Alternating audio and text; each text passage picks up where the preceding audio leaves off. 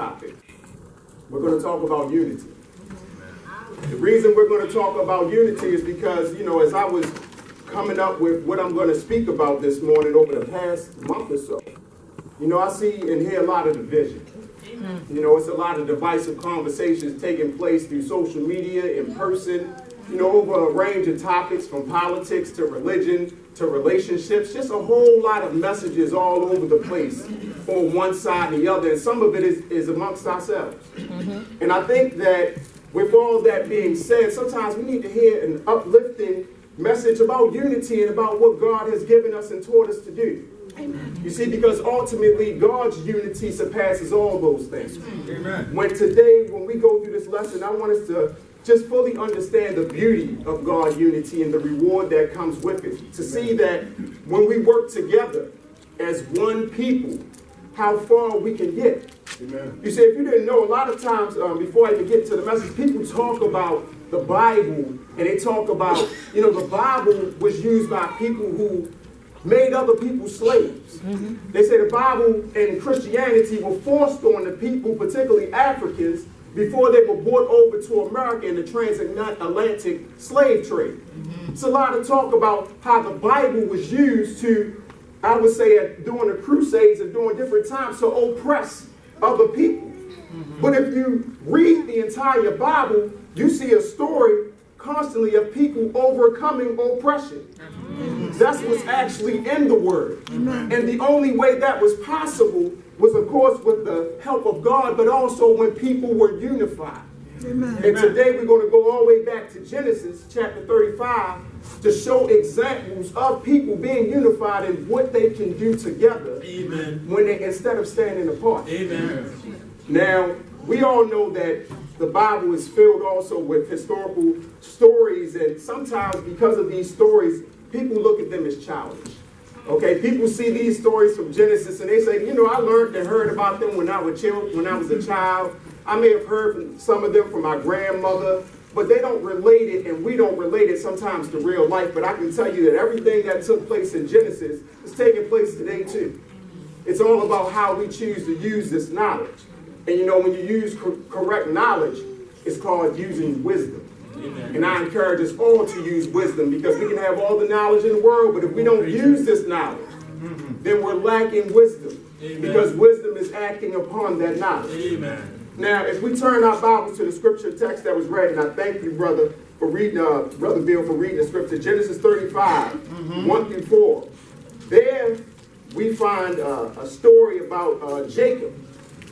And there we find Jacob on a journey to Bethel with his family, friends, and workers. You see, God instructed Jacob to build an altar for him there. And once he received these instructions, I want you to pay close attention to what Jacob did and what all those with him did. Okay. So we're going to go straight to verse 2. In fact, no, let's start at verse 1. It says, and God said, Jacob, arise, go up to Bethel and dwell there, and make there an altar unto God that appeared unto thee when thou fleddest from the face of Esau thy brother. And we're going to get into that too. Then Jacob said unto his household, and to all that were with him, put away the strange gods that are among you, and be clean, and change your garments, and let us arise, and go up to Bethel, and I will make there an altar unto you, who answered me in the days of my distress, and was with me in the way which I went. And they gave unto Jacob all the strange gods which were in their hand, and all their earrings which were in their ears. And Jacob hid them under the oak which was by Shechem. Now stop right there.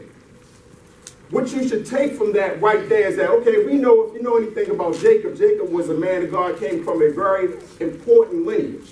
Okay, he had a reputation. This is Abraham's grandson. So we know that Jacob came from a lineage of a people of God. But when you think about the people that were amongst him and with him, you had people that had other gods with them. They call them small g gods that they were following. You had people that followed some different customs than Jacob. So Abraham's grandson had a group with him of people that didn't all have the same relationship with God. Okay, that's an important thing to notice, because before you see this unity take place, before you see all of them take this action where they went ahead and took off their earrings, where they changed their clothes, where they put away their false idols so that they can move forward, not everybody had the same relationship with God that Jacob had at that moment. So I'm saying that because, you know, in times like today, when we think about ourselves, not all of us have the same level of relationship with God at the same time. Amen. Some of us at times are closer to God. Some of us are far away. Sometimes some of us have been away for 5 to 10 years. Some of us may even, let's say, be in households where some are not baptized. Amen. But sometimes there comes moments where God asks us to be unified. And then when we see the reward of unity, when we read further on, we're going to see that even though people can come from different systems, people could be at different levels, there is possibilities, and there's the possibility to be unified. Okay, we don't always have to be exactly at the same place. Everybody doesn't have to be at their high with a relationship with God for all of us to move forward in the same direction and follow his instruction. Amen. The key is, some of us do have to be at that level. Though. Yes, sir. Yes, sir. So we all can't not be at that level. Some of us do have to be at that level. Yes, sir. But that means that us who are at that level also can't look down upon those who are not. Amen. That means that if you see your brother and sister and he hasn't or she hasn't been here in 10 years, you are to welcome them with open arms. Amen. Because they have returned. Because they have another opportunity. Amen. Because sometimes when we have someone that's a friend or a family member that has not made that journey or not gone ahead and become a Christian and given their life, and we see them go through many trials and tribulations, it's not for us to necessarily knock them down with it, but to invite them in. Amen. And let them know that I have been on this journey, and guess what? Even though I'm at my high, I'm here to help you right now, and sometime I'm going to need you to help me. Amen. So join me on this journey. Amen. This is what unity brings you. Amen. This is what unity brings us. Amen. And as we read further, we're going to see what unity brought Jacob and his entire family and friends for being obedient. So let's read down a little bit further. Let's go into verse 5.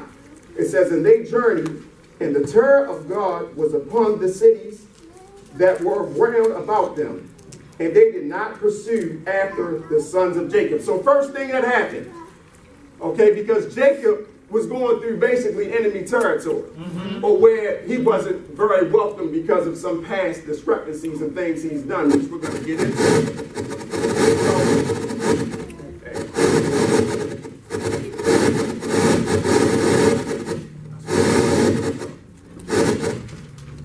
So we're going to keep the show going. So even though Jacob wasn't at that point and they were journeying, this wasn't necessarily a safe commute. But because everyone was on the same page, and because everybody gave up their earrings, their clothing, guess what God blessed them with? The first blessing was safe travel. Amen.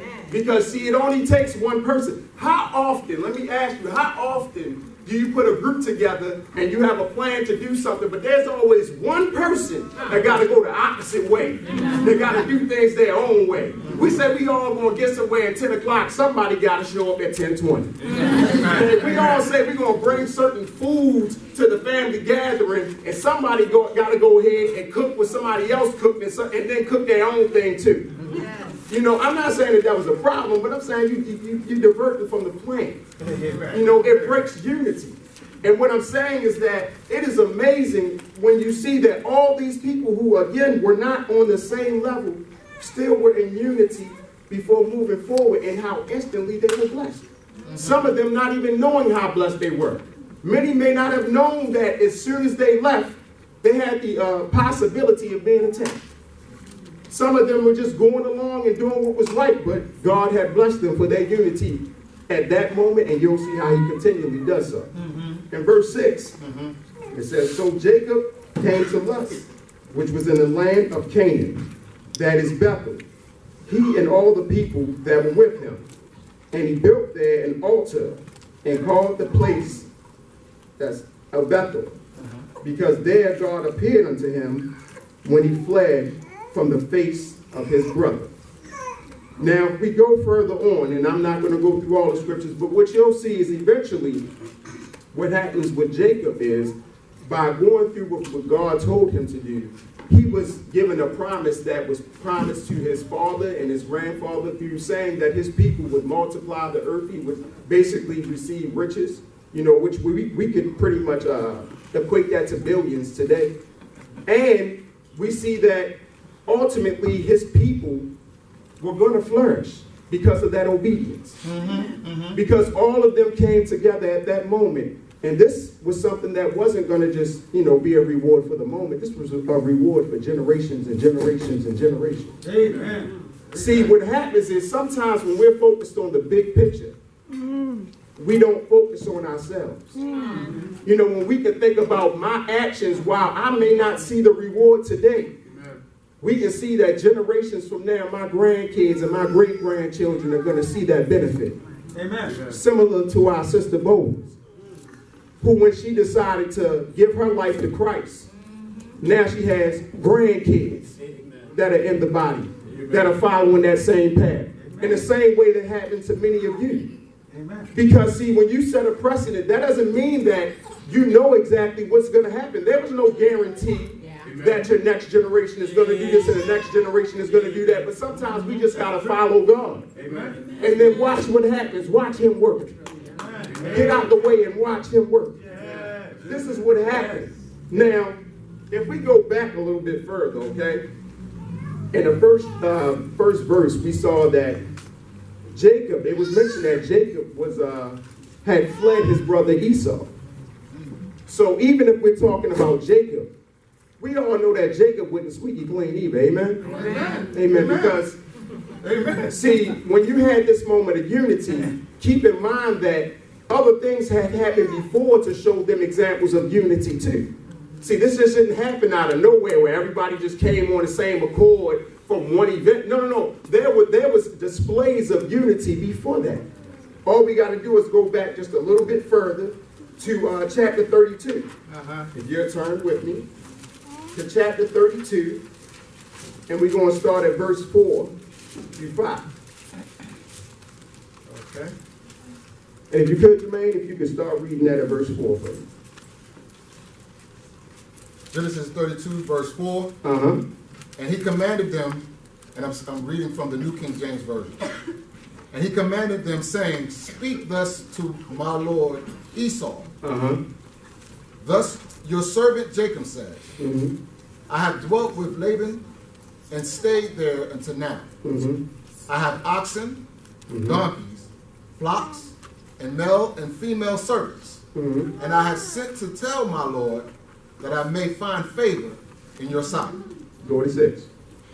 Then the messengers returned to Jacob, saying, we came to your brother Esau, and he also is coming to meet you, and 400 men are with him. Okay. Keep going.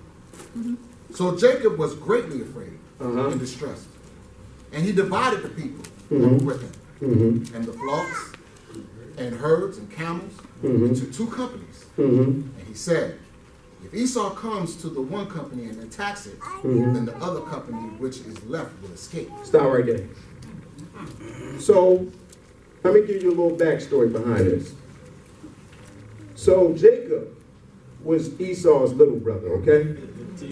If we know anything about tradition, during this time period when the father passed, the older brother received the inheritance. He was pretty much the person that everything would be passed on to, the older brother.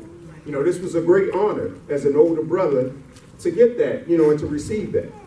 But one day, a couple times, I'm going to just go straight to Esau was a little hungry. And Jacob, he was a real cunning guy, so he kind of swindled and tricked his brother out of promising his inheritance to him. Now, the one thing that was wrong with that in the first place was it was neither one of theirs to trade. Because it didn't belong to them at the moment. But how us kids are sometimes. We think we own something of our parents just for being born. Then before we trade things that don't belong to us. Sound like a lot of our families. But they didn't have the right to. But see, when their father got a little bit older and knew that the time was coming that he was about to pass, You know, Esau, well, their mother, who at the time favored one son over the other, by the way. Okay, we have that going on in our family sometimes too, huh? Amen. Even though we shouldn't, sometimes we favor one child over a little bit, saying that's my baby. That's the, in fact, like we'll see Jacob said, that's the child I had in my older age. That's my baby. Sometimes the youngest get that, sometimes the firstborn, but nevertheless, he was favored, okay, over his brother Esau. And when the time came that his father was about to pass, and he wanted to speak to his son to pass down the blessing that he was supposed to pass down, he intended to do so to the older brother Esau. But Jacob and his mother had different plans. See, Jacob pretended to be Esau so that he could receive that blessing. Okay, so we can see again, Jacob not squeaky clean. And remember, this is an inheritance of billions. What would be billions today? On top of generation after generation of blessings. So at this time, we had a brother that Esau, when he found this out, he's going to kill his brother. Okay, now what's funny is I asked you today, how many people have been willing to kill their sibling over less than billions? Felt the same way. How many times did we break unity in our family for maybe just a disagreement? For maybe a disagreement with someone's spouse? For talking to somebody else's kids the way you ain't want them to talk to? For somebody not picking up mine the one day that they said they would pick up mine and you had to change your busy schedule to go pick up mine?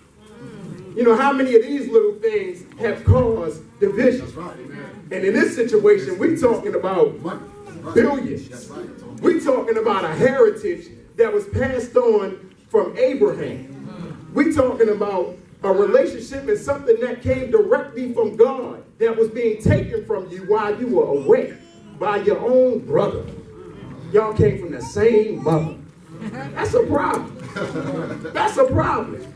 So when it came time, you know, when Jacob was sent away because his mother made sure that Jacob was far away from Esau, okay, God eventually told, after some time period, Jacob to return to his land, of his people. Amen. And this is where he was supposed to come into contact, and he knew he would come into contact with his brother. Right. Yeah. So this is the same brother that he stole the inheritance from. Okay? And upon this, as we just read, we see that he came in fear. Yeah. He came worried, amen, which he should have been. Yeah. Amen. But there's also something else I saw in that, is that, you know what, he still also came humble. Because how many times have we been wrong in a situation and after time come back like we was never wrong in the first place? You know, we was the person that was wrong, but our pride said, you know what, well, that was their fault for being simple-minded. You shouldn't have been tricked. You should have been on top of your game. That's your bad. You knew daddy was sick, so you should have stayed around him. I was in the house, you was over there chasing animals and stuff when we got plenty out here. That's what he did. So when that happened, you know, he could have been real arrogant about it. And at that time, remember, he had wealth. He had people. He wasn't a poor man with nothing. But this is how I know he was humble. He had the means to purchase an army at that time. He could have basically known I have to go back